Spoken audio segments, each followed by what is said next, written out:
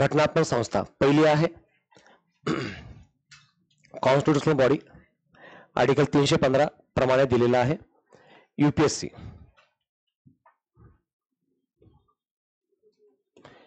UPSC MPSC JPSC हे एक घटक घेतलेले आहेत. इथं फर्स्ट यूपीएससीचा पार्ट आहे आर्टिकल 315(1) अंतर्गत.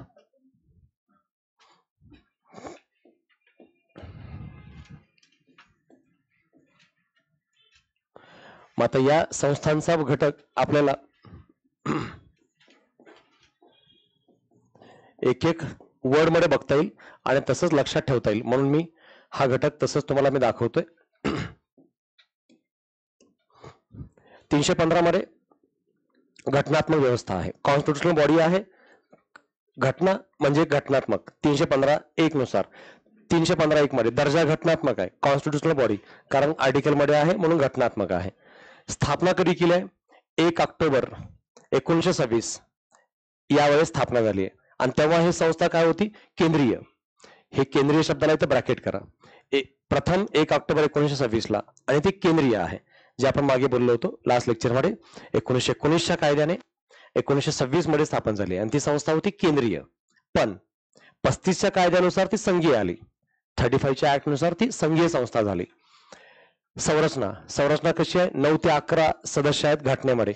संख्या निश्चित नाही, पण 9 ते 11 सदस्य राहतील असं सांगितलेलं आहे. सदस्य अध्यक्ष, एक अध्यक्ष राहील आणि सदस्य 9 ते 11 राहतील. अध्यक्ष आणि 9 ते 11 सदस्य. त्यासोबत पात्रता काय आहे? सार्वजनिक कार्याचा अनुभव असेल, आणि सार्वजनिक कार्याच्या अनुभवासोबत अर्धे सदस्य सरकारी अनुभव असलेले पाहिजे. म्हणजे ते जे 9 ते 11 घेणार आहात त्यातले हाफ लोक सरकारी कार्याचा अनुभव असलेला पाहिजे. आणि सरकारी अनुभव किती वर्षाचा पाहिजे? 10 वर्ष. 10 वर्ष तुम्ही सरकारी कार्याचा अनुभव असलेले घटक असणं आवश्यक आहे. नियुक्ती अपॉइंटेड बाय प्रेसिडेंट. यूपीएससी आहेत, अध्यक्ष सदस्य राष्ट्रपतीच नियुक्त करतील. शपथ कोण देते? राष्ट्रपतीच. वेतन भत्ते केंद्राच्या संचित निधीतून आहेत. सेंटर चा संचित निधी हा इथला भारित केलेला घटक आहे. वेतन संचित निधीतून भारताच्या संचित. कार्यकाल किती आहे? 665. विचवर इज अर्लियर, 6 किंवा 65 यापैकी जे अगोदर संपेल त्यानुसार ते लागू राहतील. राजीनामा कोणाकडे देतील? राष्ट्रपतीकडेच, कारण नियुक्ती राष्ट्रपती आहे. बडतर्फ कोण करेल? राष्ट्रपती. पण कसं? सुप्रीम कोर्ट समितीच्या सल्ल्याने.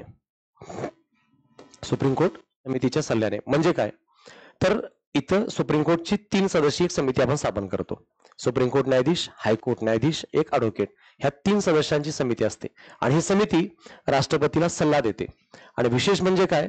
राष्ट्रपतीचा सल्ला या ठिकाणी समितीचा सल्ला या ठिकाणी बंधनकारक आहे. हे महत्वाचं आहे. समिती सल्ला खाली लिहून ठेवा. समिती सल्ला राष्ट्रपतीवर बंधनकारक. राष्ट्रपतीवर बंधनकारक. समितीने सांगितलंय यूपीएससी अध्यक्ष भ्रष्टाचार झालेला आहे, गैरव्यवहार झालेला आहे, काढून टाका. तर समितीचं सल्ला ऐकावाच लागेल, बंधनकारक आहे. इथं बडतर्फ केलं जाईल आहे, म्हणून राष्ट्रपती समिती सल्ला बंधनकारक आहे, लक्षात ठेवा. अहवाल कोणाला दिलाय? राष्ट्रपतीलाच. मग आता इथं बऱ्याच गोष्टी राष्ट्रपती आहेत. नियुक्ती राष्ट्रपती, शपथ राष्ट्रपती, राजीनामा राष्ट्रपती, अहवाल राष्ट्रपती. मग आपला तुलनात्मकरित्या गोष्टी कॉमन करता आल्या तर त्याचा पार्ट सोपा जातो, म्हणून तसंच लक्षात ठेवा. आता यूपीएससी बद्दल कोणताही घटक आला तर तुम्ही याला कॉम्पॅरिझन करू शकता आणि याच्यावरून एमपीएससी पण लक्षात ठेवू शकता. State public service commission. आता स्टेट पब्लिक सर्व्हिस कमिशन असं म्हणण्याच्या ऐवजी एमपीएससी बोलू, आपल्याला एमपीएससीचा प्रश्न एक्सपेक्टेड आहे. 315(1) मध्येच आहे. 315(1) मध्येच यूपीएससी, 315(1) मध्येच एमपीएससी पण. घटनात्मक आहे कारण आर्टिकल मध्ये आहे. कधी आलंय? 1 एप्रिल 37. आता आयोगाने तारखा विचारल्यात म्हणून मी जाणीवपूर्वक अनेक ठिकाणी तारखा टाकलेत. ते एक्सपेक्टेड आहे, कारण लास्ट इयरच्या अगोदर पण वाटत नव्हतं की ते आयोगाच्या स्थापनेचे पण इयर विचारतात, पण आता विचारतायत म्हणून मी सगळ्या ठिकाणी जवळपास जेवढ्या होईल तेवढ्या तारखा टाकलेत. 1 एप्रिल 1937 35च्या कायद्याने आलेला आहे. म्हणजे महाराष्ट्रातील एमपीएससीचाही घटक हा 35च्या कायद्याने 37 मध्ये आलेला आहे. घटनेत संख्या निश्चित नाही किती असावी. अध्यक्ष आणि इतर 5 अधिकतम असतात.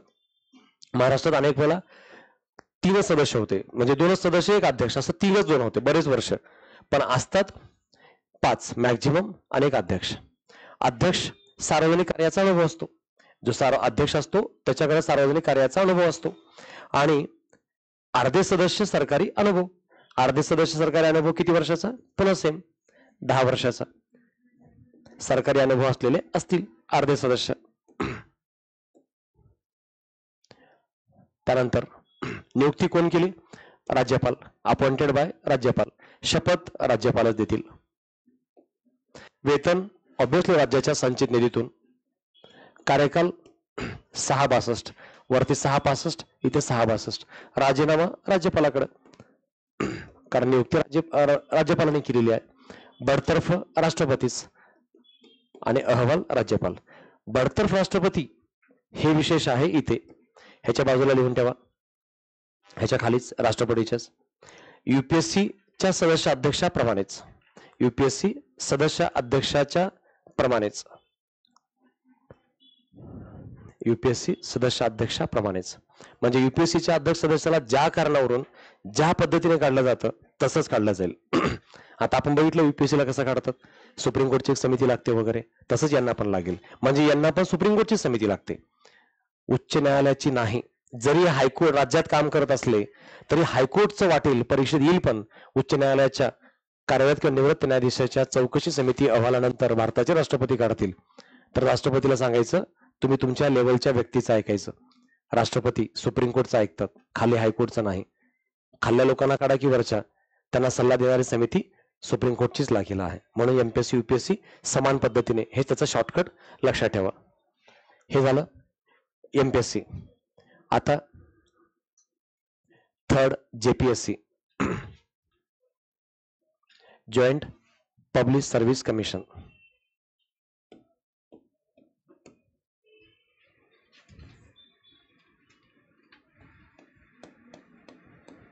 जॉईंट पब्लिक सर्व्हिस कमिशन संयुक्त आयोग आहे. हे मात्र आहे 315(2) मध्ये. 315(1) मध्ये 2 आयोग पहिले, आता 315(2) मध्ये संयुक्त जॉईंट पब्लिक सर्व्हिस कमिशन. घटनात्मक आहे यस. 66 मध्ये पंजाब हरियाणाला आलेला आहे. 66 मध्ये एकमेव आयोग. आतापर्यंत भारतात अजून कुठेही स्थापन झालेला नाही, हा एकमेव आयोग स्थापन झालेला आहे. संरचना गरज नाहीची, कारण हे कुठं सध्या नाहीच चालू, तर मग ह्याची सदस्य संख्या वगैरे काय नाहीच निश्चित, म्हणून टाकलं नाही आहे. सदस्य अध्यक्ष अधिकतम 1 अध्यक्ष आणि 5 सदस्य राहतील. सेम जे आपण राज्य लोकसेवा बदललो तसंच लागू राहील. पात्रता काय आहे? सेम एमपीएससी प्रमाणे. अध्यक्ष सार्वजनिक कार्याचा अनुभव, अर्धे सदस्य सरकारी 10 वर्षाचा अनुभव असलेले. पात्रता सेम. नियुक्ती राष्ट्रपती महत्वाचं आहे. राष्ट्रपती हे इम्पॉर्टंट आहे, कारण हे जॉईंट पब्लिक सर्व्हिस कमिशन आहे म्हणून प्रेसिडेंट नियुक्त करतील आहे. त्यासोबत शपथ पण राष्ट्रपती देतील, कारण शक्यतो नियुक्त करतात त्यांच्याकडूनच याबद्दल शपथ बदलचा घटक येईल. वेतन मात्र राज्य संचित निधीतून, ज्या 2 राज्यासाठी दिलं जाते तिथून, आणि दोघं डिवाइड करून देतील, म्हणजे अर्ध अर्ध, डबल नाही. कार्यकाल सेम 662 जे एमपीएससीचा आहे तेच सेम लागू राहील. राजीनामा राष्ट्रपतीकडे, कारण नियुक्त राष्ट्रपती केले त्यामुळे राजीनामा राष्ट्रपतीकडे जाईल. आणि बडतर्फ राष्ट्रपतीच करतील, कारण जॉईंट पब्लिक सर्व्हिस कमिशन आहे. आणि अहवाल मात्र राज्यपालाला. इथं पॉईंट थोडे थोडे चेंज झालेले आहेत, कारण इथं जॉईंट पब्लिक सर्व्हिस कमिशन आहे म्हणून थोडेसे पार्ट कन्फ्युज करू शकतात. अहवाल राज्यपालाकडे आहे, कारण ते राज्यात काम करतात. एवढा हा एक इथला विशेष ट्रॅप सह घटक लक्षात ठेवा. आता आहे election commission. Election commission of India, भारतीय निवडणूक आयोग. हे 3 मी सगळे आपलं सिव्हिल सर्व्हिसेसच्या रिलेटेड घेतले. आता इलेक्शन कमिशन ऑफ इंडिया कुठे आहे? 324(1), 324(1) मध्येच हा भारतीय निवडणूक आयोग आहे, जे राष्ट्रपती, उपराष्ट्रपती, लोकसभा, राज्यसभा, विधानसभा, विधान परिषद या 6 संस्थांच्या निवडणुकांचं नियंत्रण, नियोजन आणि नियमन करण्याचे अधिकार आहेत यांच्याकडं, असं 324(1) मध्ये सांगितलेलं आहे. ही सगळी जबाबदारी भारतीय निवडणूक आयोगाची आहे. घटनात्मक संस्था आहे यस. 1950 पासून कार्य करते, बरोबर आहे. घटना व संसद कायद्याने निश्चित केलं जाईल वेळोवेळी. याबद्दलचा पाठ रचना संरचना आपण ठरवतो घटनेनुसार आणि संसद कायद्याने. आणि याबद्दल अध्यक्ष सदस्य हे 2+1 आहेत. अगोदर 1च होता. 89 ते 92-93 मध्ये आपण बहु सदस्य केले, पुन्हा एक सदस्य केले. आता 93 पासून हे आहे, म्हणजे सध्या हे 93 पासून संख्या 2+1 असा आहे, जे आत्ताही 2+1 आहे. आणि 2 म्हणजे इलेक्शन कमिशनर आणि 1 म्हणजे चीफ इलेक्शन कमिशनर. सार्वजनिक कार्याचा अनुभव, पात्रता काही लागत नाही. जे आहे ते जनरली आय दर्जाचे अधिकारी आपण इथे निवडतो. पात्रतेमध्ये नियुक्ती कोण करेल? नियुक्ती ऑब्व्हियसली राष्ट्रपती करतील. शपथ ऑब्व्हियसली राष्ट्रपती देतील. शपथ असं काही नसतो घटक, पण आलाच पॉईंट तर लक्षात ठेवा. वेतन वेतन भारताच्या संचित निधीवर भारित नाही. हे महत्वाचं आहे. लास्ट 2-4 महिन्यापूर्वीच इलेक्शन कमिशनने डिमांड केली भारत सरकारकडे की आमचं वेतन भारित करा, आमचं भारित करण्यात यावं, ह्याची मागणी केलेली आहे. भारित केल्यानंतर काय होतं? मतदान घेतलं जात नाही. म्हणून खास लक्षात ठेवा, भारित नाही. पण दिलं कसं जातं? एससी न्यायाधीशाप्रमाणे आहे, म्हणजे कुणाच्या इक्वल आहे? सुप्रीम कोर्टच्या न्यायाधीशांच्या समान आहे. हे ब्रॅकेट मधला पॉइंट खास लक्षात ठेवा. ज्या विद्यार्थ्यांकडे अगोदरचे जुने नोट्स आहेत, ज्याच्यामध्ये घटनात्मक आयोग मी असे पेजमध्ये डिटेलमध्ये डिस्क्रिप्टिव्ह पद्धतीने दिले होते, तर त्यांनी त्याला फक्त सप्लिमेंटरी जोडायचं आहे. आणि 2-4 पॉईंट मी नवीन ऍड केलेत, ते पॉईंट साईड बाय साईड पहा. पण परीक्षेच्या अगोदर रिव्हिजनच्या वेळेस मात्र हे सीट ठेवा, कारण त्याचा सगळाच पार्ट कम्प्लीट बेस्ट होऊन जातो. ते मात्र जेव्हा आपण परीक्षा 4-5 महिन्यावर आहे, तेव्हा सविस्तर त्याचे कार्य, अधिकार, वेतन, भत्ते हे सगळे घटक बघू शकतो. पण एक्झामच्या 15 दिवस अगोदर मात्र ऑलवेज हे एवढं बघितलं तर ते मोर दॅन सफिशियंट. कारण याच्यात म्हणजे कोणते पॉईंट मी सोडलेच नाही आहे, फक्त त्याला कीवर्ड मध्ये टाकले. आणि असे शब्द आयोग फिरवताना दिसतंय, म्हणून आपल्याला ते बघावं लागेल. कशाच्या आधारावर आहे, कुणाच्या समान आहे, कशा पद्धतीचा घटक आहे, हे यावर खास लक्ष दिलं जाईल आहे. 665 6 किंवा 65 वर्ष यापैकी जे अगोदर असेल त्याप्रमाणे हे लागू राहिलं आहे. कार्यकाल, राजीनामा राष्ट्रपतीकडेच, बडतर्फ राष्ट्रपतीच. पण कसं करतील हे विशेष महत्वाचं आहे. बडतर्फ राष्ट्रपती, पण इथं खाली लिहून ठेवा. इथं फक्त मी मागे बोलत होतो की आपण सुप्रीम कोर्टची कमिटी सल्ला देईल आणि त्यानुसार राष्ट्रपती काढतील आहे. पण याच्यासाठी जी प्रोसिजर आहे ती जसं आपण संसदेतून कॅगला काढतो त्या पद्धतीने याचा अवलंब करावा लागेल. म्हणून बडतर्फीच्या खाली राष्ट्रपतीच्या खाली कंटिन्यू करा. संसदेच्या विशेष बहुमताने, संसदेच्या विशेष बहुमताने.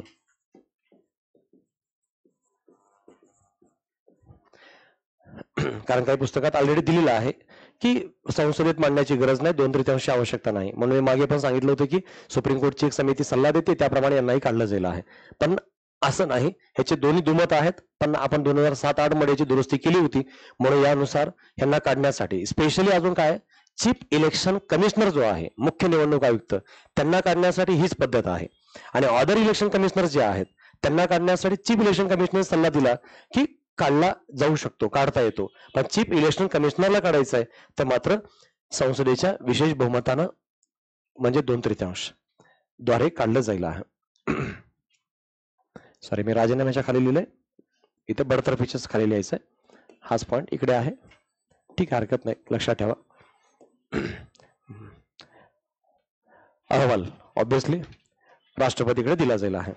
बडतर्फ संसदेच्या विशेष बहुमताने, तेवढं फक्त लक्षात ठेवा.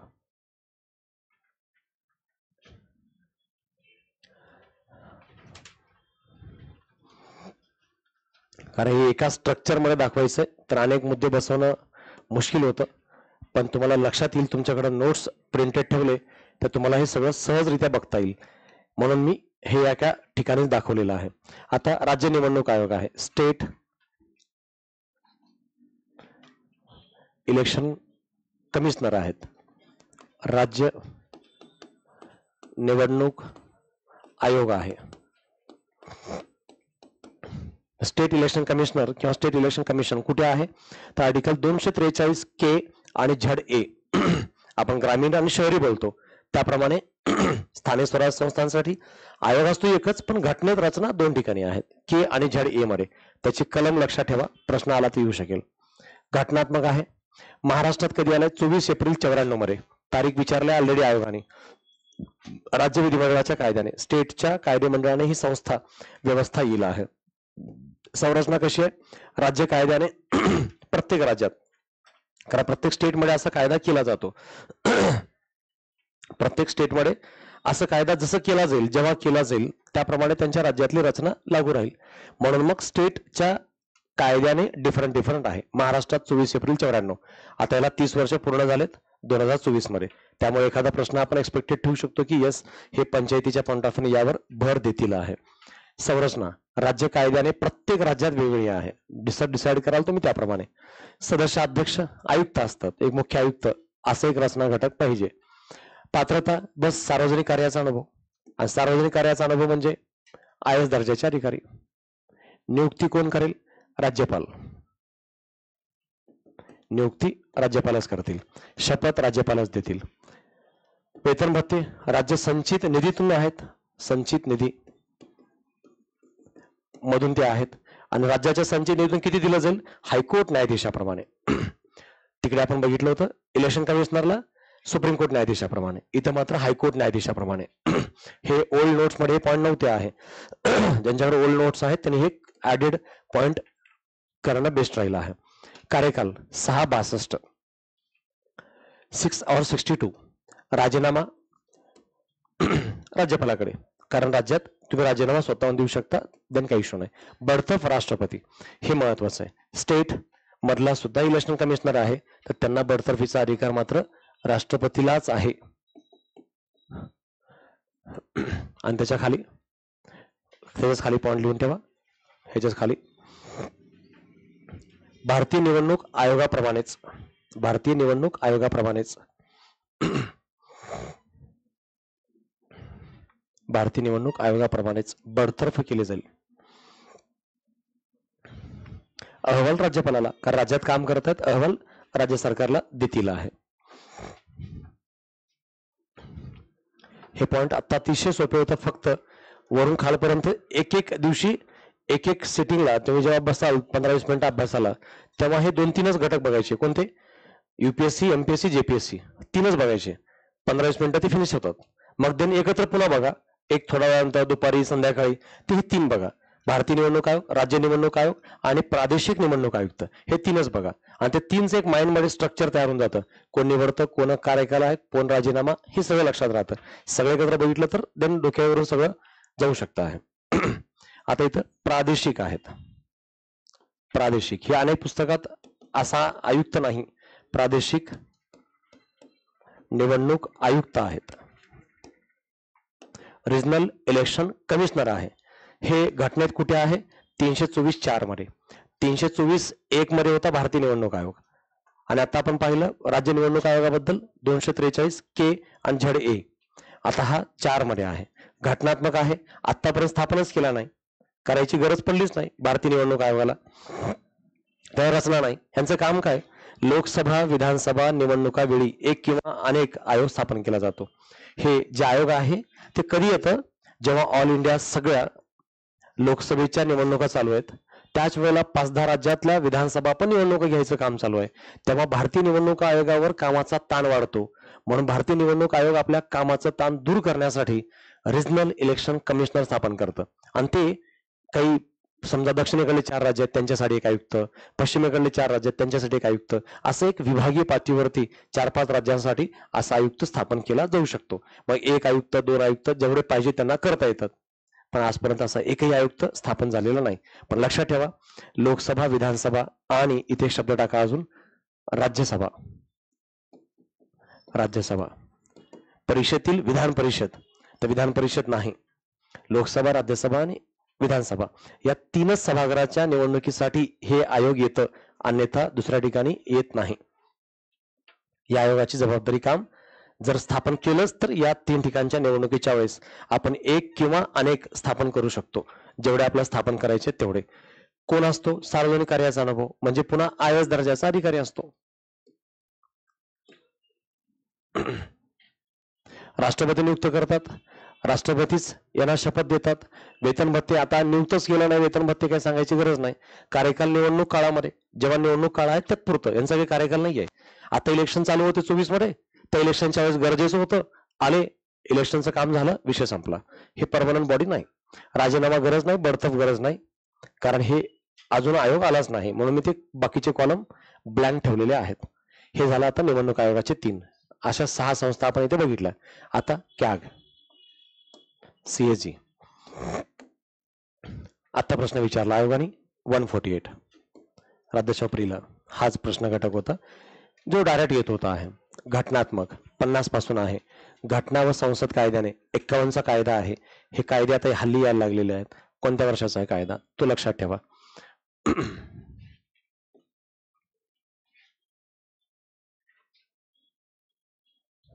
त्यानंतर अध्यक्ष सदस्य एक सीएजी कॅग असतो. बाकीच्या सदस्यांच्या बद्दल काही घटक नमूद नाही. सार्वजनिक कार्याचा अनुभव, पब्लिक म्हणजे जनरली पुन्हा IAS दर्जाचे अधिकारी असतात. नियुक्ती राष्ट्रपती, शपथ राष्ट्रपतीच. वेतन भारताच्या संचित निधीमधून देतो आपण, भारताच्या संचित निधीतून, पण पुन्हा प्रमाणे SC प्रमाणे. म्हणजे निवडणूक आयोगाला पण SC प्रमाणे आणि सीएजीला पण SC प्रमाणे आहे. हे कॉमन पॉईंट शोधा, लक्षात राहील. 665 जे यापैकी अगोदर संपेल त्याप्रमाणे इथं कार्यकाल लागू राहील. पुन्हा राजीनामा राष्ट्रपतीकडे, बडतर्फ राष्ट्रपतीच, बडतर्फ राष्ट्रपती आणि अहवालही राष्ट्रपतीकडे. आता इथं राष्ट्रपती जे बडतर्फ आहे त्याच्या खाली लिहून ठेवा बडतर्फ राष्ट्रपती कसा करतात. SC न्यायाधीशाला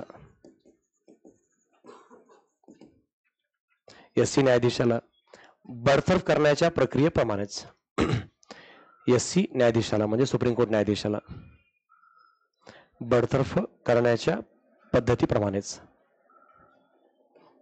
मग सुप्रीम कोर्ट न्यायाधीशाला आपण कसं काढतो, सर्व संसदेच्या दोन्ही सभागृहाद्वारे. सेम इथं पण त्यांना संसदेच्या दोन्ही सभागृहाद्वारे विशेष बहुमतानं प्रस्ताव पारित करावा लागेल, मग काढलं जाईल आहे. आणि अहवाल राष्ट्रपतीकडेच दिला जाईल. आणि जेव्हा जेव्हा संसदेकडून काढलं जातं, हे लक्षात ठेवा, जेव्हा जेव्हा ज्यालाही कुणाला संसदेकडून काढलं जातं तेव्हा सुद्धा एक सुप्रीम कोर्टची समिती लागतेच 3 सदस्यांची. सुप्रीम कोर्ट न्यायाधीशाला कसं काढलं आपण, संसदेमार्फत, पण अगोदर कोण होतं, 3 सदस्यांची समिती होती. म्हणून आता इथे शॉर्टकट पासवर्ड लक्षात ठेवा. जेव्हा कुणाला राष्ट्रपती मार्फत काढू की जेव्हा कुणाला संसदेमार्फत काढू, जर ते राष्ट्रपती काढत असेल तर एक सुप्रीम कोर्टची समिती असते, ती 3 सदस्यांची समिती असते. आणि 3 सदस्यांची समिती राष्ट्रपतीला सल्ला देते जर राष्ट्रपती काढत असतील तर, आणि संसद काढत असेल तर संसदला शिफारस करते. पण जेव्हा ही समिती संसदेला शिफारस करते तेव्हा त्या समितीचा सल्ला संसदेवर बंधन नसतो. पण ही समिती जेव्हा राष्ट्रपतीला सल्ला देते तेव्हा राष्ट्रपतीवर बंधन असते. आता हे कसं लक्षात ठेवायचं, पार्लमेंट आहे, त्यांना कोण बंधन करेल, पार्लमेंटला कुणाचंच बंधन नाही, पार्लमेंट सुप्रीम आहे. म्हणून लक्षात ठेवायचं समितीचा सल्ला संसदेवर बंधन नाही. आणि राष्ट्रपतीवर बंधन आहे, कारण राष्ट्रपतीला ऐकावं लागेल, कारण सुप्रीम कोर्टची समिती आहे शेवटी, तर ती सल्ला देईल त्याप्रमाणे बडतर्फ करावं लागेल. आता काय समजलं, ज्याला कुणाला काढायचं आहे ते राष्ट्रपती काढतील, तर राष्ट्रपती काढतील किंवा पार्लमेंट काढेल, समितीचा सल्ला आहेच. ती समिती सुप्रीम कोर्टची असते, 3 सदस्यांची असते, सुप्रीम कोर्ट न्यायाधीश, हायकोर्ट न्यायाधीश, एक ॲडव्होकेट. आणि समिती दोन्ही कंडिशन मध्ये आली, राष्ट्रपतीद्वारे काढताना पण आणि पार्लमेंटद्वारे काढताना पण. फक्त राष्ट्रपती काढत असतील तर अशा वेळेला समितीचा सल्ला बंधनकारक आहे, पार्लमेंट काढत असेल तर अशा वेळेला समितीचा सल्ला बंधनकारक नाही. आपण लास्ट लेक्चर मध्येच बघितलं, रामास्वामी सुप्रीम कोर्टचे न्यायाधीश, त्यांना काढायचं होतं, सुप्रीम कोर्टनं सांगितलं पण होतं दोषी आहेत, पार्लमेंटनं ऐकलं का, नाही. म्हणून सांगतोय की सुप्रीम कोर्टनं सांगितलेला सल्ला समितीचा पार्लमेंटला बंधन नाही. आणि जेव्हा राष्ट्रपतीला सांगितलं जाईल तेव्हा त्यांना बंधन आहे.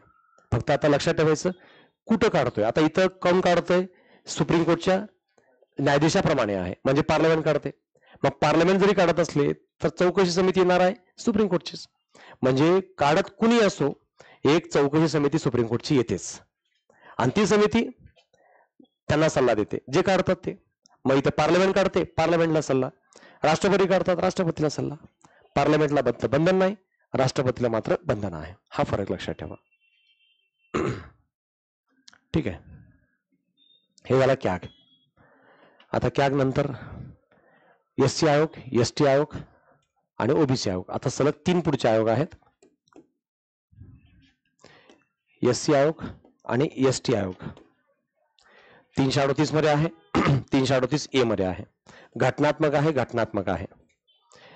SC आयोग हा 65व्या अमेंडमेंट 1990 नुसार दुरुस्ती करून हा बहुसदस्यीय, इथं बहु करा, बहुसदस्यीय घटनात्मक आलेला आहे. म्हणजे ही घटनात्मक संस्था म्हणून आली 1990 पासून. 90 पूर्वी एक फक्त आयुक्त अशा पद्धतीचं ते काम करत होते. राष्ट्रीय आयोग याप्रमाणे ते हळूहळू राष्ट्रपतीच्या आदेशाने आले. पण घटनात्मक संस्था नव्हती 90 पूर्वी. 90 पूर्वी SC आयोग ST आयोग आहे, पण अगोदर कमिशनरेट या पद्धतीने आहे. त्यानंतर तो एक जस्ट राष्ट्रपती केंद्राच्या आदेशाने आलेली संस्था आहे. पण 90 पासून मात्र घटनात्मक आहे. अमेंडमेंट लक्षात ठेवा 65वी आहे. आणि इकडे 89वी अमेंडमेंट आहे 2003 दुरुस्तीद्वारे ST आयोग, आणि अंमलात आलेला आहे 19 फेब्रुवारी 2004 ला. ब्रॅकेट करा त्याला. 89वी अमेंडमेंट 2003 नुसार दुरुस्ती केली आणि SC आयोगापासून ST आयोग अलग केला. 19 फेब्रुवारी 2004 ला तो अंमलात आला. तारीख दोन्ही पण महत्वाची आहे. मग आता हा 90 पासून, हा 4 पासून आहे. अमेंडमेंट दोन्हीच्या महत्वाचे आहेत आणि ही अमेंडमेंट येऊ शकते. 20 वर्ष पूर्ण झालेत. 89वी अमेंडमेंट 2003. आणि आपण कालच बघितलं महाराष्ट्र 288 विधानसभा संख्या किती अमेंडमेंट होती? 288. महाराष्ट्र आपण काय केलं होतं? 87. 87वी अमेंडमेंट 2003 यानुसार 87वी अमेंडमेंट 89वी अमेंडमेंट दोन्ही 2003 मधल्याच आहेत. याचा अर्थ 87 आणि 89 म्हणजे 88वी अमेंडमेंट पण 2003 चीच असायला पाहिजे. मग आता हे सगळ्या सिरीज 3 एकत्रपणे अमेंडमेंट बघा, म्हणजे तुम्हाला 2023 ला 20 वर्ष पूर्ण झालेत म्हणून ह्यापैकी एखादी अमेंडमेंट परीक्षेत येऊ शकते, म्हणून लक्षात ठेवायला पाहिजे. आता पुढे 78 मध्ये शासन ठरावाने आलं होतं. SC आयोग अगोदर शासन ठरावाने आलेला आहे, मी मगाशी बोललो. आणि 87 मध्ये त्यांच्या नावात राष्ट्रीय SC आयोग असं झाला. इतिहास पहा. 78 मध्ये शासन ठरावाद्वारे आणि 87 मध्ये राष्ट्रीय SC आयोगाला शब्द राष्ट्रीय ऍड केला गेलेला आहे. आणि इयर कसं लक्षात ठेवाल? 7-8 8-7 उलट करायचं फक्त. आणि 87 झाला की लगेच 3 वर्षाला तर घटनात्मक बनवलं. 90 मध्ये कॉन्स्टिट्युशनल बॉडी झाली. हे लक्षात ठेवा. घटना व संसद कायद्याने इथं आपण बघितलंच, याचा काही इथे वेगळा इतिहास नाहीये. ह्याच प्रमाणे इथला घटक लक्षात ठेवा. कोण असतात? अध्यक्ष 1, उपाध्यक्ष 1, 3 सदस्य, एकूण 5. एकूण 5. एक अध्यक्ष, एक उपाध्यक्ष, 3 सदस्य, एकूण 5. SC आणि ST आयोगाचे एकूण 5 आहेत. अध्यक्ष, उपाध्यक्ष आणि 3 सदस्य मिळून. सगळ्याला सार्वजनिक कार्याचा अनुभव पाहिजे. सार्वजनिक कार्याचा अनुभवच पाहिजे. नियुक्ती राष्ट्रपती, शपथ राष्ट्रपती, वेतन वेतन केंद्राच्या संचित राष्ट्रपती ठरवतील तसं, राष्ट्रपती ठरवतील तसं, प्रेसिडेंट जसं ठरवून देतील. परिषदेत अनेक वेळेला संसद कायद्याने या पद्धतीचे शब्द टाकतात, म्हणून इथेही शब्द टाकलाय राष्ट्रपती ठरवून देतील त्याप्रमाणे. राष्ट्रपतीची मर्जी असेपर्यंत, कार्यकाल किती आहे? राष्ट्रपतीची मर्जी असेपर्यंत, पण त्यासोबत विशेष 3 वर्ष. यापैकी एक कोणताही घटक लागतो. जनरली 3 वर्ष हे करेक्ट आहे. 3 वर्ष पण राष्ट्रपतीची मर्जी असेपर्यंत. मध्ये आधी कधी काढता येऊ शकतं, पण कार्यकाल एक्झॅक्ट किती आहे? 3 वर्ष. त्यानंतर राजीनामा राष्ट्रपतीकडेच, बडतर्फ राष्ट्रपतीच. राजीनामा राष्ट्रपती, बडतर्फ राष्ट्रपती. बडतर्फच्या खाली लिहून ठेवा. SC च्या चौकशी समिती अहवालानंतर, म्हणजे याचा अर्थ इथं पार्लमेंटकडे जायची गरज नाही. SC चौकशी समिती अहवालानंतर, जसे SC ची चौकशी समिती अहवाल देईल त्याप्रमाणे सेम टू सेम घटक इथेही तसंच लागू राहील. मग आता चौकशी समिती लिहिलंय, याचा अर्थ काय? ह्या समितीचा सल्ला राष्ट्रपतीला बंधन राहील. इथे पार्लमेंटकडे जायची गरज नाही लागत, म्हणून मग त्यांच्या सल्ल्याने काढलं जाईल. पार्लमेंटची गरज नाही. अहवाल ऑब्व्हियसली राष्ट्रपतीला देतील. अगदी सहज आणि सोपं या पद्धतीने हे लक्षात ठेवता येईल आता आपल्याला आहे.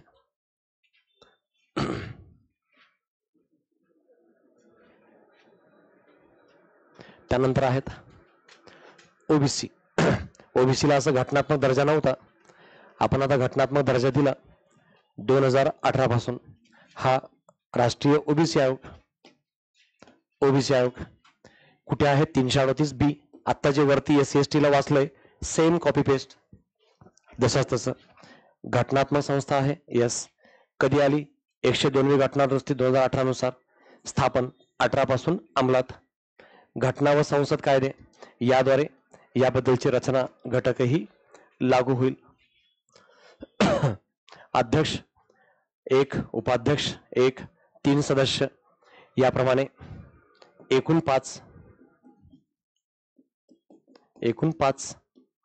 पात्रता काय? सार्वजनिक कार्याचा अनुभव. सगळ्याला जनरली आयस दर्जाचे अधिकारी यामध्ये घेतात. नियुक्ती राष्ट्रपतीकडून केली जाते. शपथ राष्ट्रपतीकडून दिली जाईल. वेतन भत्ते केंद्राच्या संचित निधीतून राष्ट्रपती ठरवतात, त्याप्रमाणे ते लागू राहतील. कार्यकाल किती आहे? कार्यकाल 3 वर्ष किंवा राष्ट्रपतीची मर्जी असेपर्यंत. सेम SC/ST प्रमाणे. राजीनामा राष्ट्रपतीकडे, बडतर्फ राष्ट्रपती. पुन्हा सेम. SC चौकशी समिती अहवालानुसार. आपण मगाशीच बोललो अहवाल बंधनकारक. समिती जे काही अहवाल देईल ते राष्ट्रपतीला ऐकावं लागेल. वरती लिहिलं नाही तरी पण बंधनकारक आहे, आपण ऑलरेडी समजून घेतलेलं आहे. अहवाल ऑब्विसली ही आयोग अहवाल आपला राष्ट्रपतीला देईल. आता हे मी तर सांगतो याप्रमाणे, पण तुम्ही जेव्हा बघाल तेव्हा फक्त बघत बसायचं आहे, तर तेव्हा SC/ST OBC एकत्र बघता येतो. UPSC MPSC JPSC एकत्र बघता येतो आणि कॉमन बाजूला काढता येतं. कार्यकाल सेम, अहवाल सेम, नियुक्ती सेम, राजीनामा सेम, बडतर्फ सेम. मग वेगळं काय आहे असं बघायचा प्रश्न पडतो, तेव्हा 1-2च कॉलम बघायची गरज पडते. म्हणून हे टेबल प्रिंट समोर आपल्या महत्वाची आहे. आता आहे आयोगाने आता विचारलेला प्रश्न, म्हणून मी इथं SC/ST दोन्ही एकत्र केलेला आहे. त्यासोबत शेड्यूल एरिया आणि शेड्यूल ट्राईब्स बद्दलचा आयोग आहे, जे आर्टिकल 339 मध्ये आहे. हा शेड्यूल एरिया आणि शेड्यूल ट्राईब्स बद्दलचा आहे. अनुसूचित क्षेत्र आणि जनजाती आयोग आहे, जो आयोग आणि आयोगाने 339 बद्दलचा प्रश्न विचारलाय. मग आता लक्षात कसं ठेवायला सोपं आहे. 338, 338A, 338B आणि 339 4 आयोग एकत्रपणे. SC/ST OBC आणि त्यासोबत शेड्यूल एरिया बद्दलचा 4था आयोग. घटनात्मक संस्था आहे, याबद्दल आता काही रचना नाहीच आहे, कारण असा अजून आयोग आलाच नाहीये, त्यामुळे इथं कॉलम ब्लँक ठेवलाय. राष्ट्रपती ठरवतील त्याप्रमाणे दिलं जाईल. एक अध्यक्ष, इतर सदस्य. आता इतर सदस्य किती असा आयोग आल्यानंतर ठरवलं जाईल. अनुभव सार्वजनिक कार्याचा असला पाहिजे. पात्रतेमध्ये राष्ट्रपती सहराष्ट्रपती नियुक्ती कार्यकाल सगळं राष्ट्रपती ठरवतील आहे, पण असा अजून आयोगच आला नाही, त्यामुळे मग बरेच कॉलम ब्लँक ठेवलेले आहेत. पण आयोग स्थापन करता येऊ शकतो 339 नुसार.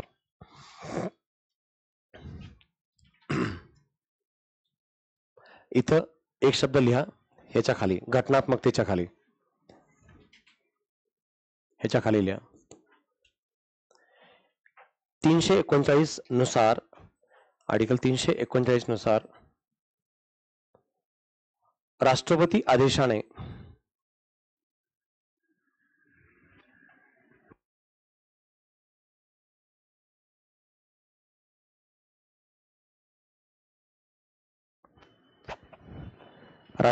आदेशाने स्थापन केला जातो. स्थापन केला जातो.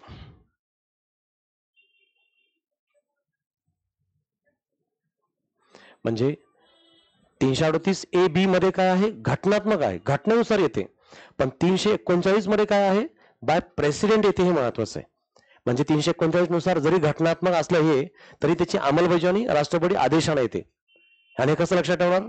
339 आणि 340. आता इथे 340 ची गरज नाही म्हणून मी टाकलं नाही. 340 मध्ये पण ओबीसी आहे, ओबीसी आयोगच आहे. पण 339 आणि 340 मधले दोन्ही आयोग जे आहेत ते राष्ट्रपती आदेशाने येतात. म्हणून शॉर्टकट इथं टाकू शकता असं 339 आणि 340. हा SA म्हणजे शेड्यूल एरियाचा आयोग आणि हा ओबीसीचा आयोग, हे दोन्ही राष्ट्रपती आदेशाने येतात. इथे पुढे कॉलम मध्ये जागा तिकडे पण लिहू शकता राष्ट्रपती आदेशाने. वरचे तिन्ही आयोग घटनात्मक होते. 338, 338A, 338B तिन्ही घटनात्मक आहेत, घटनेनुसारच आलेले आहेत. हे पण घटनात्मक आहेत, पण ह्याची अंमलबजावणी कशी होते? राष्ट्रपती आदेशानं. प्रेसिडेंट ऑर्डर काढून याला स्थापन करतात, म्हणून ह्याला राष्ट्रपती आदेशाने म्हणतात.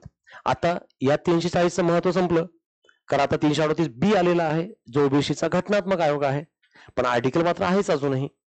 मग आता कसं लक्षात ठेवाल? 5 आयोग: 338 SC, 338A ST, 338B OBC, तिन्ही पण घटनात्मक आणि घटनेनुसार अंमलात. त्याच्या पुढचे 339 SA शेड्यूल एरिया आणि 340 OBC, आणि हे दोन मात्र राष्ट्रपती आदेशाने. बस एवढा फरक महत्वाचा आहे, तेवढा लक्षात ठेवा. बाकी सगळ्या गोष्टी तुम्ही सहजपणे उत्तर द्याल. आता नेक्स्ट, फायनान्स कमिशन, वित्त आयोग,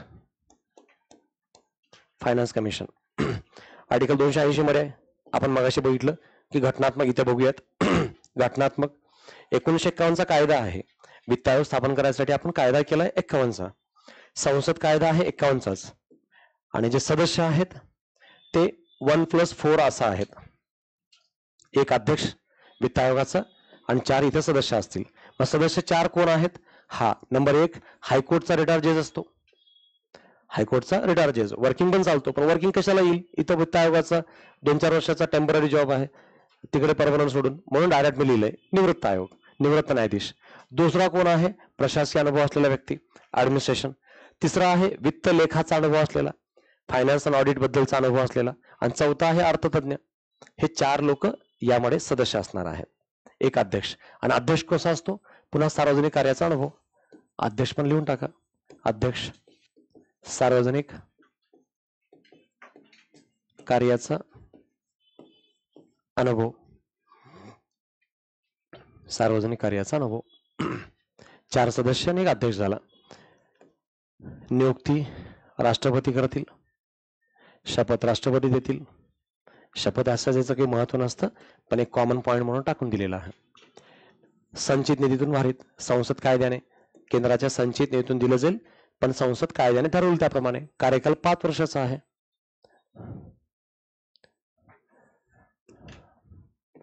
राजीनामा राष्ट्रपतीकडे, बडतर्फ राष्ट्रपतीच करतील, पण कसं? सुप्रीम कोर्टच्या चौकशी समिती अहवालानुसार. आणि असं जेव्हा समितीचा अहवाल राष्ट्रपतीलाच येतो, तेव्हा आपल्याला माहिती आहे बंधनकारक आहे. अहवाल राष्ट्रपतीकडे दिला जाईल आहे. हे फायनान्स कमिशन सेंटर. आता फायनान्स कमिशन स्टेट, राज्य वित्त आयोग, म्हणजे तुलनात्मकरित्या बघायला सोपं जाईल. राज्य वित्त आयोग कुठे आहे? 243I, 243Y. तिकडे के झडिये होतं राज्य निवडणूक आयोग, इथं IY लक्षात ठेवा. घटनात्मक आहे यस, राज्याच्या कायद्यानं स्थापन होतं, महाराष्ट्र 94 मध्ये आलेलं आहे. राज्य कायद्याने रचना तयार करता येते, तुम्हाला जसं याची रचना तयार करणं आवश्यक वाटतंय तसं करू शकता. राज्य सरकार ठरवेल त्याप्रमाणे हे दिलं जाईल सदस्य संख्या. राज्य वित्त आयोगाला पुन्हा अध्यक्षाला सार्वजनिक कार्याचा अनुभव महत्वाचा आहे. राज्यपाल नियुक्त करतील, शपथ राज्यपाल. पुन्हा शपथचं काही विशेष महत्व नाही, पण जर आलं शब्द तर तसंच लक्षात ठेवा. राज्य संचित निधीवर भारित आहेत, राज्य कायद्याने ठरवलं जाईल. वेतन भत्ते, 5 वर्षाचा कार्यकाल आहे. राज्यपाल यांच्याकडे राजीनामा दिला जाईल. बडतर्फ मात्र सेम राष्ट्रपती. सुप्रीम कोर्टच्या चौकशी समिती अहवालानुसार. राष्ट्रपती काढतात म्हणजे समिती चौकशीची सुप्रीम कोर्टचीच येईल आहे, भले त्या राज्यातला आयोग असो. आणि अहवाल आपला राज्यपालाला दिला जाईल आहे. म्हणजे आता पॉइंट एवढे रिपीट झालेत की आता पुन्हा बघायची गरज नाही पडत. हा ठीक आहे, सगळं माहिती असं वाटेल. असं जेवढं जास्त होईल तेवढं बेस्ट होईल आहे, कारण किमान त्या एक आयोगासोबत दुसरा आयोग तरी वगळता आला पाहिजे. मग आता दुसरा नवीन आयोग आहे परिसीमन, तर मग इथं फोकस करता येतो. पण जिथे कॉमन आयोग तिथे सोडून द्यायचं. केंद्रीय वित्त आयोग समजला, राज्य वित्त आयोग बघायला खूप कमी वेळ लागेला आहे. परिसीमन आयोग आर्टिकल 82 मध्ये आहे. घटनात्मक संस्था आहे आतापर्यंत कधी आला स्थापना? 4 वेळेला, फक्त 4 वेळेला. 1952, 62, 72, 2002. 4 वेळेला आपण परिसीमन आयोग स्थापन केलेला आहे. राष्ट्रपती ठरवतील त्याप्रमाणे, म्हणजे कधी स्थापन करायचं आहे राष्ट्रपती ठरवतात. राष्ट्रपती म्हणजेच भारत सरकार, आणि भारत सरकारला कोण सांगतं? Election commission. याप्रमाणे हे जेव्हा गरज आहे त्याप्रमाणे ही संस्था स्थापन केली जाते. आणि यांचं काम काय? निवडणूक, जेव्हा मतदारसंघाबद्दलचं रचना बदलण्याची गरज आहे असं वाटतंय तेव्हा याबद्दलचं कार्य केलं जातं. दर 10 वर्षाच्या लोकसंख्या जनगणनेनंतर एक परिसीमन आयोग स्थापन करावं ही पद्धत आहे. म्हणून आपण 52, 62, 72 ला स्थापन केलंय दर 10 वर्षानंतर. पण हे बंधन नाही आहे. पण जेव्हा आवश्यक वाटतं तेव्हा राष्ट्रपती नियुक्त करू शकतात. आणि हे आयोग 1-2 वर्षात अभ्यास करून अहवाल देतं आणि मतदारसंघ पुनर्रचना करायचं काम हे आयोग करतं. म्हणून याला परिसीमन आयोगाच्या ऐवजी मतदारसंघ पुनर्रचना आयोग असंही म्हणतात. आणि हे आयोग आपला अहवाल देतं, त्याप्रमाणे यांची कार्यवाही होईल. अध्यक्ष असतील, इतर सदस्य असतील, संख्या काही निश्चित नाही, राष्ट्रपती ठरवतात. सुप्रीम कोर्ट मधील निवृत्त न्यायाधीशच लागतात. हे कोण आहेत? अध्यक्ष. हे या परिसीमन आयोगाचे अध्यक्ष जे आहेत ते सुप्रीम कोर्ट मधले रिटायरच पाहिजे आणि सुप्रीम कोर्टचेच पाहिजे, हे स्पष्ट लक्षात ठेवा. राष्ट्रपती नियुक्तीबद्दलचा घटक ही राष्ट्रपती.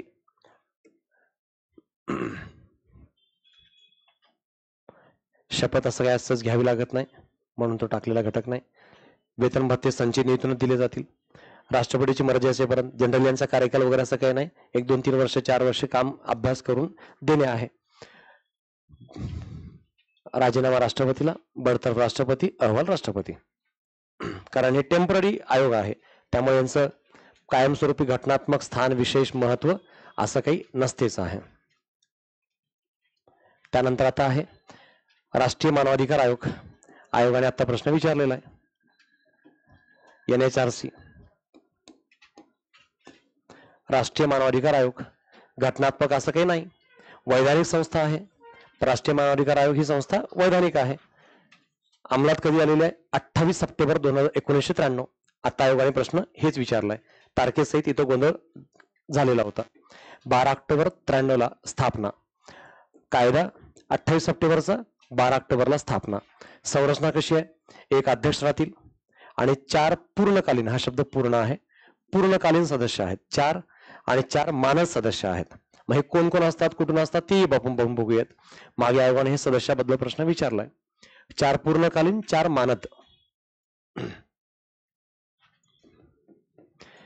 अध्यक्ष सुप्रीम कोर्टचे निवृत्त सरन्यायाधीशच पाहिजे. सुप्रीम कोर्टचे न्यायाधीश असं परीक्षेत येईल तर चीफ जस्टिसच पाहिजे, आणि तेही रिटायर पाहिजे. अध्यक्षाबद्दल सदस्य, आता जे आपण बोललो, सदस्य पूर्णकालीन. सदस्य पूर्णकालीन किती आहेत? 4. कोण कोण आहेत? एक सुप्रीम कोर्टचे न्यायाधीश पाहिजे, एक हायकोर्टचे न्यायाधीश पाहिजे, आणि 2 मानवाधिकाराचं ज्ञान आणि अनुभव असलेले. अशा 4 लोकांचं हे पूर्णकालीन सदस्यामध्ये येईल. त्यानंतर मानद आहेत. हे मानद कोण कोण आहेत? म्हणजे तिकडले ज्या आयोगाचे ते अध्यक्ष आहेत ते इकडे डायरेक्ट आपोआपच सदस्य असतील. मानद मध्ये 4. एक अल्पसंख्याक आयोगाचे अध्यक्ष, SC आयोगाचे अध्यक्ष, ST आयोगाचे अध्यक्ष आणि महिला आयोगाचे अध्यक्ष. ह्या 4 आयोगाचे अध्यक्ष इथं मानद असणार आहेत. म्हणून शॉर्टकट मी शब्द टाकलाय, रिवाइज करायला बरं पडेल. या आयोगाचे अध्यक्ष असतात वगैरे काही पूर्ण गरज नाही. 4 नावं लिहिलेत, कंप्लीट लक्षात राहून जाईल आहे. मानद कोण आणि निवडलेले कोण, आता हे 4 आणि 4 लक्षात ठेवा. आता ह्या सगळ्याला निवडतं कोण? तर निवडतात राष्ट्रपती. पण कसं निवडतात? एक निवड समितीद्वारे, आणि आयोगानं निवड समिती विचारलेली आहे. परिषद प्रीला पण विचारलं, मेन्सला पण. मग ही निवड समिती जी आहे या सदस्यांना निवडण्यासाठी त्याचे अध्यक्ष असतात ऑलवेज PM निवड समितीचे. आणि सदस्य कोण कोण असतात पहा या निवड समितीमध्ये. सदस्य लोकसभा अध्यक्ष ह्याला नंबर 1 टाका. राज्यसभा उपसभापती याला नंबर 2 टाका, कारण राज्यसभेचे सभापती घ्यायचा प्रश्नच येत नाही. लोकसभा अध्यक्ष, राज्यसभा उपसभापती 2, आणि नंबर 3 मध्ये टाका लोकसभा व राज्यसभेतले विरोधी पक्ष नेते. म्हणजे इथं 2 लोक झाले. लोकसभेतला पण आणि राज्यसभेतला पण विरोधी पक्ष नेता, म्हणजे 2 लोक झाले. टोटल किती झाले? 4. आणि 5वा आहे केंद्रीय गृहमंत्री. केंद्रीय गृहमंत्री, असे 5 लोक म्हणजे 5 सदस्य आहेत. आणि अध्यक्ष PM, असे एकूण 6, अध्यक्षासह 6, अध्यक्षाशिवाय 5, असं एकूण ही निवड समिती आहे. ही निवड समितीच आयोगाने खूप वेळा ट्रॅप केलेली आहे. शपथ कोण देईल? राष्ट्रपती. वेतन केंद्र सरकार ठरवेल त्याप्रमाणे दिलं जाईल. कार्यकाल 5 ते 70 वर्ष आहे. हे ऑड नंबर आहे. सगळीकडे आपण 5-65, 6-62, 62 वगैरे आपण बघतो. इथं 5-70 आहे. वय असेल तर पुनर्नियुक्ती पण होऊ शकते. म्हणजे जर तुम्ही अर्लियर आहात आणि अजून एज बार नाही झाले तर रिअपॉइंटमेंट पण होऊ शकते. राजीनामा राष्ट्रपतीकडेच. बडतर्फ राष्ट्रपती SC समितीच्या चौकशी अहवालानंतर, जे आपण मागे बोललो तसंच सेम राष्ट्रपती काढतील. याला ब्रॅकेट करा. राष्ट्रपती SC चौकशी समितीच्या अहवालानंतर.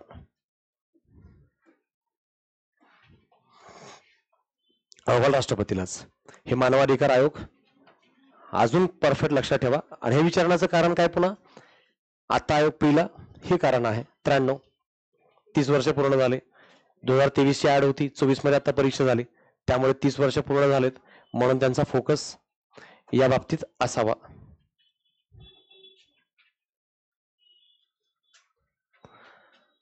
आता राज्य मानवाधिकार आयोग, स्टेट ह्युमन राईट्स कमिशन, राज्य मानवाधिकार आयोग. घटनेत असं काही नाही, वैधानिक आहे. पहिला कायदा 95 मध्ये बंगालने केलेला आहे. राज्यात हा मानवाधिकार आयोग येतो आणि असं 1995 मध्ये पश्चिम बंगालमध्ये आलेला आहे. जुन्या नोट्समध्ये हा पार्ट असा नव्हता, मी त्याला इथं इलॅबोरेट केलेला आहे. ज्यांच्याकडे नोट्स जुन्या आहेत त्यांनी हे एकतर लिहून ठेवा किंवा प्रिंट काढली असेल ही तर हीच फॉलो करा.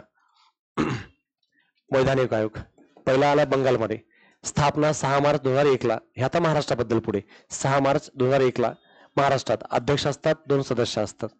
अध्यक्ष हायकोर्टचे मुख्य न्यायाधीश पाहिजे, रिटायर्ड. हे लक्षात ठेवा, महाराष्ट्राबद्दल आहे. इथं वाटलं तर ब्रॅकेट करा.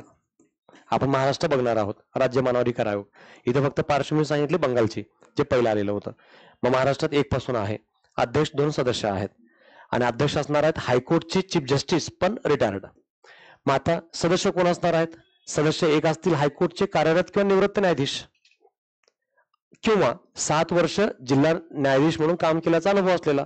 म्हणजे इथं 1 सदस्य असतो हायकोर्ट किंवा डिस्ट्रिक्ट कोर्टचा न्यायाधीश. हायकोर्ट किंवा डिस्ट्रिक्ट कोर्टचा न्यायाधीश जो रिटायर्ड आहे, 1 सदस्य. आणि 1 कोण असतो? मानवाधिकाराचं ज्ञान व अनुभव असलेला. असे 2 सदस्य आहेत. 1 अध्यक्ष, 2 सदस्य. 1 अध्यक्ष, 2 सदस्य. 1 आणि 1च लक्षात ठेवा. असं तिघांचं हे राज्य मानवाधिकार आयोग आहे. आता निवड करतील महाराष्ट्राचे राज्यपाल. निवड समिती कोणाची आहे? अध्यक्ष CM. निवड समितीचे अध्यक्ष ऑब्व्हियसली CM असतील. निवड राज्यपाल झालं. निवड समिती कुणाकुणाची आहे? निवड समिती CM अध्यक्ष असतील, राज्याचे गृहमंत्री सदस्य असतील, आणि विधानसभा व विधान परिषद सभापती, दोन्ही सभागृहाचे पीठासीन हे सदस्य, म्हणजे 2 झाले. आणि तिकडे पण 2 घेतले आपण, लोकसभा राज्यसभेचे. फक्त राज्यसभेत उपसभापतीला घेतलं होतं. नंतर दोन्ही सभागृहातला विरोधी पक्ष नेता, म्हणजे 2. हे 2, हे 2, 4 CM आणि गृहमंत्री 6. तिकडे पण 6 होते. 5 सदस्य, 1 अध्यक्ष. तिकडे पण आपण तसंच घेतलं होतं.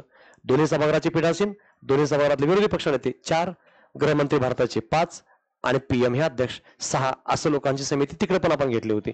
सेम समिती राज्यामध्ये पण आहे. शपथ राज्यपाल. वेतन राज्य सरकार ठरवून देईल त्याप्रमाणे राहील. कार्यकाल पुन्हा सेम 5-70 आहे. इथं वाटू शकतं राज्यातला म्हणून कमी, पण असं नाही, 5 ते 70च आहे. पुनर्नियुक्ती होऊ शकते वय असेल तर. राजीनामा देतील राज्यपालाकडेच. बडतर्फ राज्यपालाकडे, अहवाल पण राज्यपालाकडेच. आता महिला आयोग. आता आयोगाने महिला आयोग विचारलेला आहे.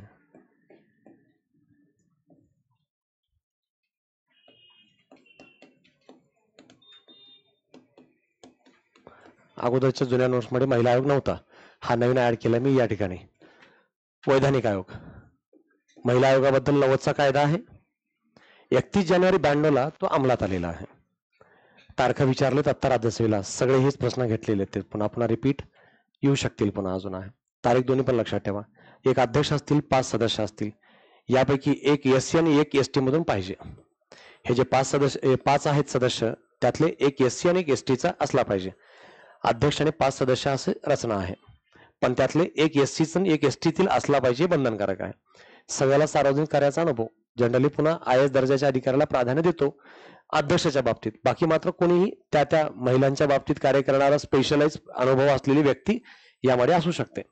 महिला विषयक कार्याचा अनुभव असलेले विशेषज्ञ, ज्यांना इथं सदस्य अध्यक्ष म्हणून घेतलं जाईल. कोण निवडेल? केंद्र सरकार. त्यासोबत शपथ इथं काही नमूद करायची गरज नाही म्हणून शपथ टाकला नाही. वेतन केंद्र सरकार ठरवेल त्याप्रमाणे. कार्यकाल 3 वर्ष आहे. जनरली अशा वैधानिक आयोगांचा कार्यकाल 3 वर्ष असतो अनेक वेळेला. असं काही बंधन नाही, पण लॉजिकल लक्षात ठेवायला सोपं जाईल. 3 वर्ष. केंद्राकडे राजीनामा, केंद्राकडून बडतर्फ आणि केंद्राकडेच अहवाल. ह्याची काही कोणती वेगळी प्रोसिजर नाही आहे, पण सगळं केंद्र लक्षात ठेवा. आता आहेत समित्या, ज्या आपण संसदेच्या पॉइंट ऑफ व्ह्यूनं इम्पॉर्टंट समित्या म्हणून ज्यांच्याकडे बघतो त्या लोक लेखा समिती, लोक अंदाज समिती. लोक अंदाज समिती हे पण एक अगदी आयोगाप्रमाणे महत्व आहे, म्हणून त्याच्यामध्ये ही घटक घेतलेला आहे. घटनेत असं काही नाही, वैधानिक आहे. वैधानिक का आहे? कारण पहिला 1919चा कायदा होता. लोक अंदाज समिती 1919च्या कायद्यानं 1921 मध्ये स्थापन झालेली आहे. 21 मध्ये ह्याला इस्टॅब्लिश केलेलं आहे. स्वातंत्र्यानंतर 50 मध्ये आलेलं आहे, आणि 50 मध्ये स्वातंत्र्यानंतर जे आलेलं आहे जॉन मथाई समितीच्या शिफारशीने. हे आपण उद्या नंतरच्या घटकामध्ये बजेट इकॉनॉमिकच्या लेक्चरमध्ये बघूयात. जॉन मथाई समिती शिफारशीने, जॉन मथाई समितीनं शिफारस केली म्हणून 50 मध्ये आलं. स्वातंत्र्यानंतर 50 मध्ये, पण स्वातंत्र्यापूर्वी 19चा कायदा 21 मध्ये स्थापना. अध्यक्ष नेहमी सरकारी पक्षातील असतात. याचे जे अध्यक्ष असतात ते नेहमी सरकारी पक्षातील, पण सरकारी नसतात. म्हणजे मंत्री नसतोच, मंत्री ना अध्यक्ष असतो ना मंत्री सदस्य असतो. एकूण सदस्य 30 असतात. 30 आणि सर्व लोकसभेचे असतात. इथं असं ब्रॅकेट करा, एकूण सदस्य 30, सर्व पासून पुढे ब्रॅकेट करा. सर्व लोकसभेचे, ऑल जे मेंबर आहेत ते लोकसभेचेच. म्हणजे इथं बजेट रिलेटेड काम आहे म्हणून राज्यसभेच्या सदस्याला आपण इथं याच्यामध्ये घेतलेलं नाही आहे. सभागृह सदस्य असला पाहिजे. तुम्ही जर या समिती सदस्य बनणार आहात तर सभागृह सदस्य असला पाहिजे. कोण निवडतं? सभागृह पीठासीन मार्फत. या समित्यांच्या अध्यक्ष सदस्यांची निवड पीठासीन अधिकाऱ्यामार्फत होते. याच्या खाली लिहून ठेवा. लोकसभेत एकल संक्रमणीय प्रमाणशीर पद्धतीने या सर्व सदस्यांची निवड एकल संक्रमणीनुसार होते, कारण लोकसभेच्या सदस्यामार्फत यांची निवड होते आणि निवड करण्यासाठी मतदान एकल संक्रमणीय प्रमाणशीर पद्धतच आहे. आता इथल्या पॉईंटनुसार हे बसत नाही म्हणून इथं काही बाकी टाकलेलं नाही आहे. कार्यकाल 1 वर्ष आहे. यांचं शपथ वगैरे असं काही इथं घटक नाहीच, सर्व समित्या आहेत. फक्त लक्षात ठेवा 1 वर्ष कार्यकाल आहे. सभागृह पीठाचे अधिकारी राजीनामा देतील, सभागृह पीठाचे अधिकारी बडतर्फ करतील आणि सभागृहासमोर अहवाल ठेवला जाईल आहे. तर ही समिती, याबद्दल इथं खाली जागा आहे म्हणून 1-2 पॉईंट इथं खाली लिहा या समितीबद्दल. जस्ट प्लेन लाईन मध्ये असं लिहा, सरळ असं लिहू शकता. अर्थसंकल्पात काटकसर आणि कार्यक्षमता. अर्थसंकल्पात काटकसर आणि कार्यक्षमता जस्ट प्लेन लिहा खाली. तर ह्याचा काही वरच्या कॉलमचा काही संबंध नाही, ह्या समितीबद्दल माहिती असं सांगतोय. अर्थसंकल्पात काटकसर आणि कार्यक्षमता सुचवणे हा उद्देश. काटकसर आणि कार्यक्षमता सुचवणे हा उद्देश.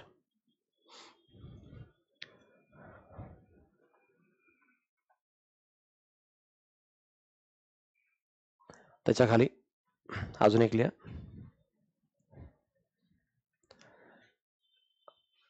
अर्थसंकल्पाद्वारे खर्च करण्या अगोदर समिती कार्य करते.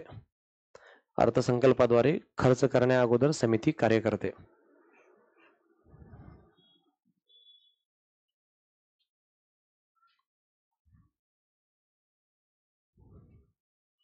म्हणजे बजेटद्वारे खर्च करण्याच्या अगोदरच ही समिती काम करते, कारण लोकलेखा समिती खर्च झाल्यानंतर काम करते. हा फरक आहे. म्हणून ह्या समितीच्या कार्याबद्दलचा हा घटक इथं आपल्या लक्षात असावा. ठीक आहे.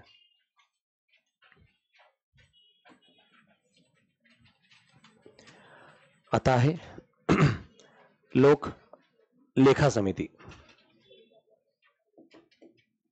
लोक लेखा समिती जी इकॉनॉमिकल पॉइंट ऑफ व्ह्यू खूप महत्वाची आहे. त्याला आपण शॉर्टकटमध्ये पब्लिक अकाउंट कमिटी म्हणतो. घटनेद्वारे असं काही नाही, वैधानिक दर्जा आहे. का वैधानिक आहे? 1900 कायद्याने आलेली आहे, 21 मध्ये स्थापना आहे. सेम अंदाज समिती आणि लोकलेखा समिती दोन्ही 1900 कायद्याने 21 मध्येच आलेल्या आहेत. अध्यक्ष विरोधी पक्षातील सदस्य असतो. अध्यक्ष विरोधी पक्षातील असतो. पक्षातील असावं हे 1967 मध्ये मिनू मसानी यांची निवड झाल्यामुळे ते नियुक्त केलेलं आहे. यस, परंपरेनं ही परंपरा आहे. असं कुठं घटनेत कायद्यात नाही की विरोधी पक्षातला असावा, पण परंपरा आहे. आणि लोकसभेमधून असला पाहिजे. आता इथं अध्यक्ष विरोधी पक्षाचा असला पाहिजे, पण तो लोकसभेचाच पाहिजे. आणि लक्षात ठेवा शॉर्टकट, लोकलेखा अंदाज उपक्रम समिती तिन्ही समितीचा अध्यक्ष हा ऑलवेज लोकसभेचाच सदस्य असतो. पहिल्यामध्ये तर काही प्रॉब्लेमच नाही, कारण पहिल्याचे सगळे सदस्य लोकसभेचे आहेत. पण सेकंड थर्ड समितीमध्ये काही सदस्य राज्यसभेचे आहेत, म्हणून कन्फ्युज होऊ शकतं. जसं की एकूण सदस्य 22 आहेत, लोकसभेतून 15 घेतलेत, राज्यसभेचे 7 घेतलेले आहेत. आणि शॉर्टकट काय लक्षात ठेवायचं, हे जे लोकसभेचे सदस्य असतात ना, कुठे पण पहिले आपण समिती बघितली आता लोकसभेचे अंदाज समितीमध्ये, तर लोकसभेचे जे असतात ते सदस्य एकल संक्रमणीय नुसार निवडतात. एकल संक्रमणीय नुसार लोकसभेतून आला की त्याला घ्यायचं एकल संक्रमणीनुसार.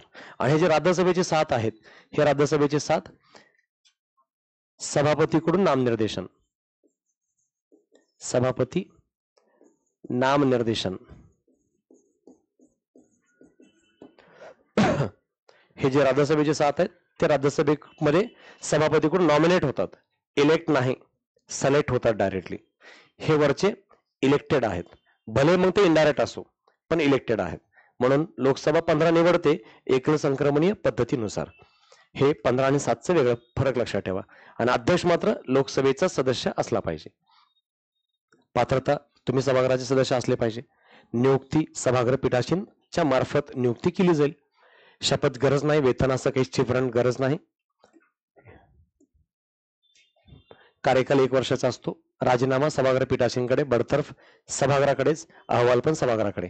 आता ही जो खाल्ला स्पेस आहे इथे 1-2 पॉईंट यांच्याबद्दल पण लिहा. जस्ट प्लेन लिहा, असंच नंबर टाका आणि लेफ्ट टू राईट लिहा.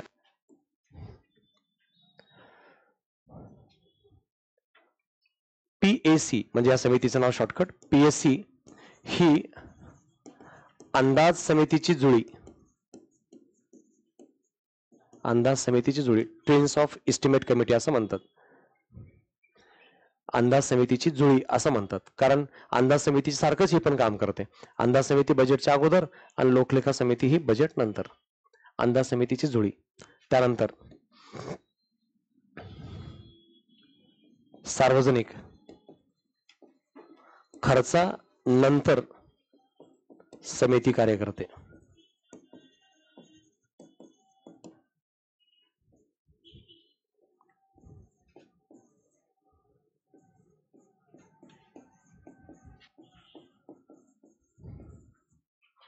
आणि त्याच्यानंतर तिसरा पॉइंट, CAG हे PSC साठी कान, डोळे, सल्लागार, मार्गदर्शक आणि तत्वज्ञान किंवा तत्वज्ञ एवढी भूमिका बजावते. CAG PSC साठी कान म्हणजे जे सांगितलं ते ऐकत असते, डोळे म्हणजे जे दाखवते ते ऐकत असते, सल्लागार म्हणजे सांगितलं सल्ला ते, मार्गदर्शक म्हणजे ऍडवायझर आहे, तत्वज्ञ म्हणजे फिलॉसॉफी. या सगळ्या घटकाचा या अंतर्गत हा विषय मार्ग येतो. याप्रमाणे हे तिन्ही पॉइंट आपल्याला लक्षात राहावं. कान, डोळे, सल्लागार, मार्गदर्शक, तत्वज्ञ. यापैकी आयोगाने हे एकत्र विचारलंय आणि आयोगाने हे पण एकत्र विचारलेले आहेत. याप्रमाणे इथं कुठेही घटक एखादा कन्फ्यूज ट्रॅप करू शकतो. हे PSC बद्दल खास लक्षात ठेवा.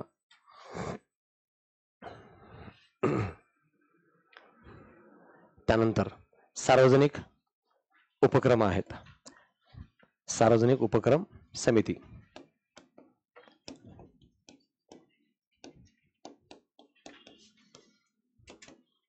वैधानिक आहे कारण कायद्याने आलेले, याबद्दल कायदा नंतर केलेला आहे.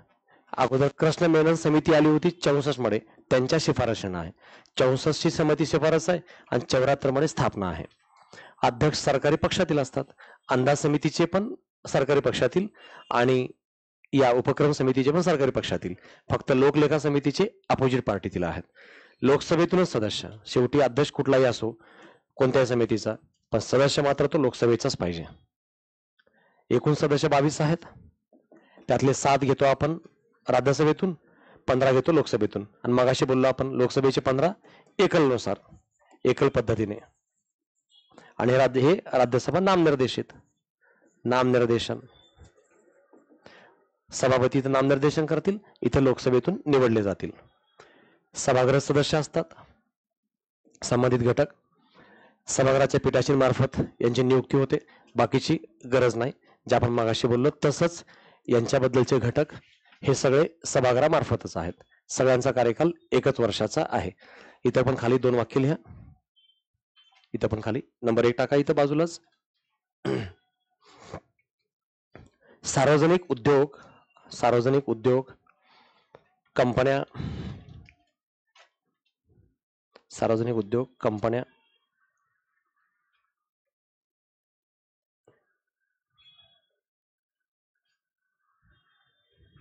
इत्यादी बाबत परीक्षण करण्याचे कार्य, परीक्षण करण्याचे कार्य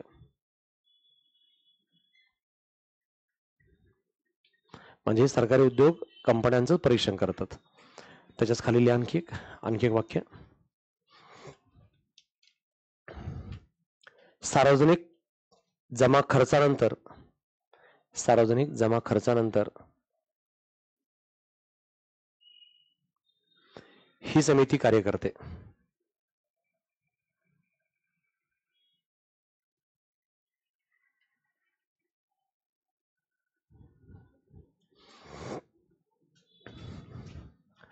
तर हे आतापर्यंतच्या सार्वजनिक समित्यांमार्फत जे काही महत्वाचे पब्लिक रिलेटेड घटक होते त्यांचा हा पाठ होता. ज्या 3 समित्यांचं विशेष महत्व होतं. आता लास्ट 2 आयोग, cat, CAT, central administrative tribunal. Cat 323A नुसार आहे, संवैधानिक संस्था आहे, घटनेनुसार संवैधानिक, आणि स्थापना कधी झाल्या 85 मध्ये झालेली आहे. 1 अध्यक्ष आहेत, 16 उपाध्यक्ष आहेत, 49 सदस्य आहेत आणि त्या कॅटचं देशात 17 खंडपीठ आहेत. त्या 17 खंडपीठापैकी 15 खंडपीठ जिथं इंडियामध्ये हायकोर्ट आहेत तिथे आहेत. पण त्याशिवाय 2 खंडपीठ हे जिथं उच्च न्यायालय नाही अशा ठिकाणी आहेत. ते कोणते? लखनौ आणि जयपूर हे ऑदर 2 ठिकाणी. एकूण 17 खंडपीठापैकी 15, जसं की मुंबईला हायकोर्ट आहे तर तिथंच कॅटचं पण खंडपीठ आहे. पण बाकी 2 जे आहेत ते ऑदर ठिकाणी आहेत. सदस्य अध्यक्ष संसद कायदा करून ठरवतो आपण किती असावेत काय. पात्रता प्रशासकीय क्षेत्रातील अनुभव ज्ञान असलेले व्यक्ती, जनरली ऍडमिनिस्ट्रेशन, कारण प्रश्न ऍडमिनिस्ट्रेशनचा आहे म्हणून मग त्याच्यातून घेतलं जाईल. नियुक्ती राष्ट्रपती करतील, यांची नियुक्ती राष्ट्रपतीच करतील. शपथ राष्ट्रपती कोण दिली जाईल. वेतन संसद कायद्याने निश्चित केल्याप्रमाणे राहील. कार्यकाल अध्यक्ष आणि उपाध्यक्षांचा कार्यकाल 6 किंवा 65 आहे, पण सदस्यांचा कार्यकाल मात्र 6 किंवा 62 आहे. यापैकी जे अगोदर लागू राहील. राजीनामा राष्ट्रपती, बडतर्फ राष्ट्रपती, अहवाल राष्ट्रपतीच. आता हे कॅट कुणाबद्दल काम पाहते तर हे केंद्रीय सार्वजनिक कर्मचारी अधिकारी यांच्या निवड, नियुक्ती, बडतर्फ इत्यादीचे वाद कारण सेंट्रल ऍडमिनिस्ट्रेटिव्ह ट्रिब्युनल आहे, तर केंद्राच्या सरकारच्या कर्मचाऱ्यांच्या निवड, नियुक्ती इत्यादी बद्दलचे जे काही वाद आहेत त्या वादाचं सोल्युशन करण्याच्या पॉइंट ऑफ ही समिती हे ट्रिब्युनल विशेष काम करतं. फक्त इथं लक्षात काय ठेवायचं, एक जे अपवाद आहेत, अपवाद ज्यांचं हे काम नाही पाहू शकत, ते अपवाद आहेत 3. एक आहेत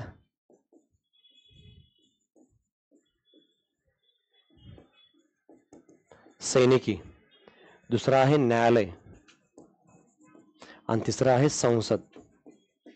सैनिकी कर्मचारी अधिकारी म्हणजे सैनिकांमधील अधिकारी कर्मचारी त्यांचे वाद या ट्रिब्युनलकडे येत नाहीत, भले ते केंद्राचा असो. न्यायालय हे सुद्धा केंद्राचं आहे, पण कर्मचारी अधिकारी न्यायालयामध्ये जे कर्मचारी अधिकारी आहेत त्यांचा वाद यांच्याकडे जात नाही. आणि संसदेमध्ये सुद्धा जे कर्मचारी अधिकारी आहेत, लोकसभेमध्ये राज्यसभेमध्ये बरेच कर्मचारी अधिकारी आहेत, तर त्यांचे वाद या कॅटकडे सेंट्रल ऍडमिनिस्ट्रेटिव्ह ट्रिब्युनलकडे जात नाही. मग यांचा वाद कोणाकडे जातो, स्वतंत्र लवादामार्फत. यांचा पण एक स्वतंत्र लवाद असतो. हे 3 एक्सेप्शन्स आहेत. बाकी सेंटरचे जे कोणी आहेत, सेंटरचे ऑल बाकीचे कर्मचारी अधिकारी जे आहेत त्यांचे वाद इथे सोडवले जातील आहे.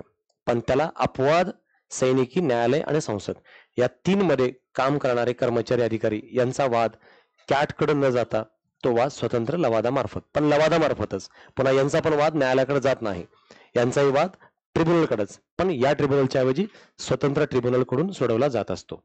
आणि कॅटच्या अगेन्स्ट आपण अपील कुठं करतो, सुप्रीम कोर्टमध्ये. आता हायकोर्टमध्ये पण करता येतं, म्हणजे प्रथम तुम्ही हायकोर्टला करू शकता, त्यानंतर सुप्रीम कोर्टला करू शकता. अगोदर ओनली सुप्रीम कोर्टमध्येच करता येत होतं, कॅटच्या अगेन्स्ट ओनली सुप्रीम कोर्ट होतं. आता मात्र तुम्ही हायकोर्टमध्ये पण अपील करू शकता, त्यानंतर सुप्रीम कोर्टमध्ये. म्हणजे कॅटच्या विरुद्ध जर तुम्हाला अपील करायची झाली तर याप्रमाणे अपील करता येईल. म्हणजेच कॅटचा निर्णय प्राथमिक स्वरूपात अंतिम असतो, कॅटचा निर्णय हा अंतिम मानला जातो. पण जर मंजूरच नसेल तर तुम्ही कॅटच्या अगेन्स्ट हायकोर्ट आणि त्यानंतर सुप्रीम कोर्टमध्ये पण जाऊ शकता. या अंतर्गत असलेला अधिकार याप्रमाणे याच्याकडे बघितलं जाईल आहे. तर हे कॅट बद्दल खास घटक या ठिकाणी लक्षात ठेवा. आता असंच आहे राज्यातलं महाराष्ट्रातील मॅट, महाराष्ट्र ऍडमिनिस्ट्रेटिव्ह ट्रिब्युनल.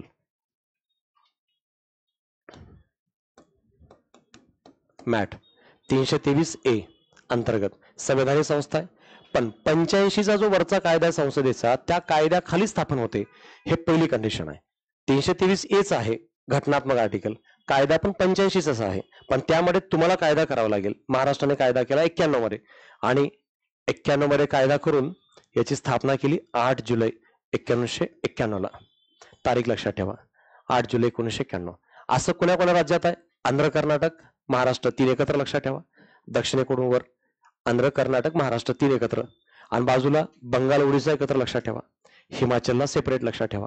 एकूण 6 राज्यात असं मॅट आहे. अध्यक्ष, उपाध्यक्ष आणि इतर प्रशासकीय कार्याचा अनुभव असलेले सदस्य आणि न्यायिक पण असतात. अध्यक्ष असतात, उपाध्यक्ष असतात आणि इतर प्रशासकीय अनुभव असलेले सदस्य पण आहेत. प्रशासकीय अनुभव असलेले पण आहेत आणि न्यायिक अनुभव असलेले पण सदस्य आहेत. याप्रमाणे सर्व प्रकारच्या घटकांचा समावेश केला जाईल. प्रशासकीय आणि न्यायिक अनुभव असलेले, कारण इथं न्यायिक काम करायचं म्हणून न्यायिक पण पाहिजे, आणि प्रशासनाबद्दलचे वाद आहेत म्हणून प्रशासकीय आहेत. हे दोन्ही प्रकारच्या सदस्यांचा यामध्ये समावेश होतो. राष्ट्रपतीद्वारे परंतु राज्यपाल यांच्या सल्ल्याने, हे इथं विशेष महत्वाचं आहे. नियुक्ती राष्ट्रपती करतात पण राज्यपालाच्या सल्ल्याने. इथं महाराष्ट्रात मॅट आहे म्हणजे राज्यपाल नियुक्त करतील असं वाटतं, पण नियुक्ती राष्ट्रपती करतील पण राज्यपालाच्या सल्ल्याने करतील. तर बाकी या ठिकाणी आता पॉइंट कॉमन आहेत. राज्याच्या कायद्याने केलं जाईल. 568 राहील. राष्ट्रपती म्हणजे राजीनामा राष्ट्रपतीकडे देतील, कारण नियुक्ती त्यांनी केलेली आहे, आणि बडतर्फ पण राष्ट्रपतीच करतील. अहवाल मात्र राज्यपालाकडे दिला जाईल. अशा प्रकारे हे एकूण 22 संस्था या घटनात्मक रिलेटेड होत्या. आणि मॅट हे आता आपण बोललो त्याप्रमाणे राज्यातल्या प्रशासकीय वाद लवादाबद्दलचे घटक सोडवण्याच्या उद्देशाने ही संस्था काम करेल, असा हा त्याचा मूलभूत विषय किंवा घटक म्हणून मॅटकडे बघितलं जाईल आहे. तर हे